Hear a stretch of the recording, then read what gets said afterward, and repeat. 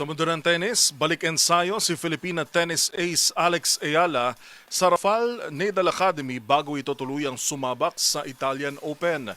Kamustahin natin ang lagay ng kanyang training sa report ni Matchpoint, Millie Borja.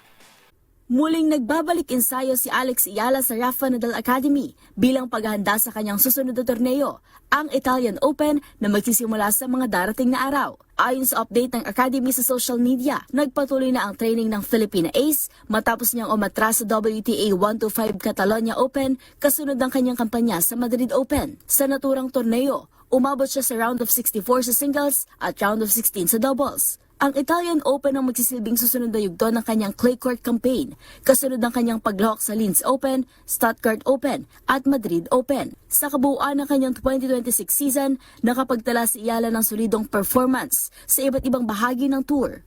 Umabot siya sa round of 16 sa Miami Open at Indian Wells Open, habang nakapasok naman sa quarterfinals ng Dubai Tennis Championships at Abu Dhabi Open. Sa Australian Swing, umabot siya sa semifinals ng ASB Classic habang nagtapos sa round of 1-8 sa Australian Open. Sa kabila ng magkakahalong resulta sa clay, inaasahang magiging mahalagang bahagi ng kanyang paghahanda ang Italian Open bago ang nalalapit na French Open.